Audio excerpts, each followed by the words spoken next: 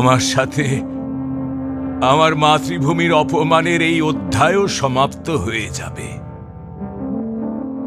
হে পুত্র, আমার এই শ্বেত বস্ত্রের উপর কোথাও না কোথাও আমার অহংকারের দাগ লেগে রয়েছে, যাকে অনুতাপের কোনো অশ্রুই মুছতে পারবে না। এই জন্য হে পুত্র, তুমিও কখনো এমন প্রতিজ্ঞা করো না যেটা তলোয়ার হয়ে তোমাকেই কেটে দেশের থেকে আলাদা করে দেবে। আর যদি তুমি এমন ভুল করো পুত্র, তবে তোমারও অন্ত বাণের এমনই শয্যার উপরেই হবে।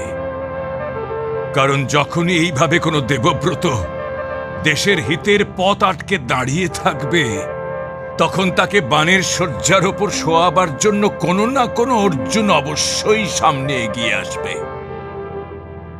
এটাই তো রাজনীতির মূল তত্ত্ব। হে পুত্র, দেশের হিতের থেকে অধিক তো রাজার কাছে আর কিছুই হতে পারে না।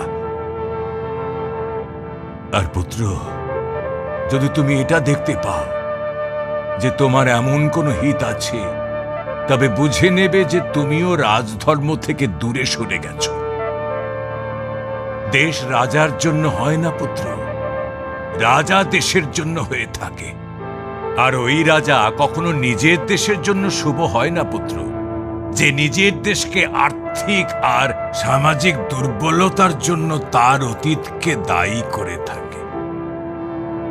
যদি অতীত তোমাকে এক দুর্বল আর্থিক আর সামাজিক কাঠামো দিয়ে থাকে, তার উন্নতি করো, তাকে বদলাও পুত্র।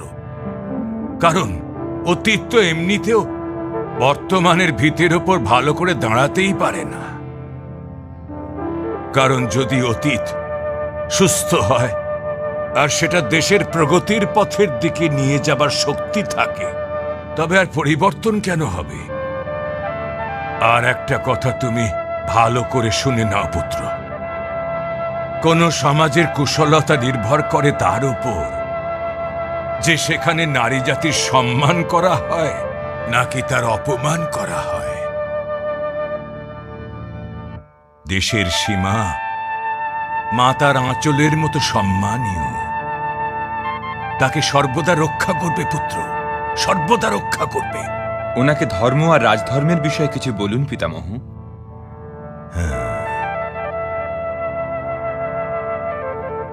ধর্ম বিধি কিংবা লৌকিকতার অধীন নয় পুত্র যুধিষ্ঠির।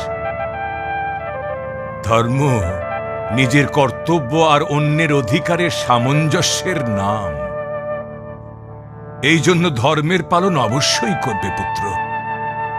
রাজধর্ম এটাই, কিন্তু রাজার দায়িত্ব নাগরিকের দায়িত্ব থেকে অনেক অধিক হয়ে থাকে।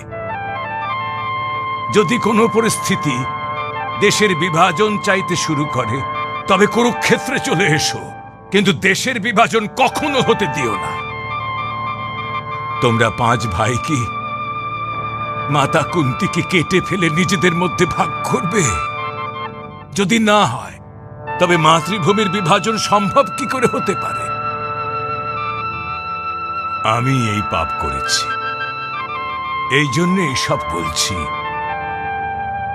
যুদ্ধকে এড়ানোর জন্য আমি নিজের দেশের বিভাজন পর্যন্ত গ্রহণ করে নিয়েছিলাম, কিন্তু তুমি এটা কখনো করো না পুত্র যুধিষ্ঠির, তুমি এটা কখনো করো না।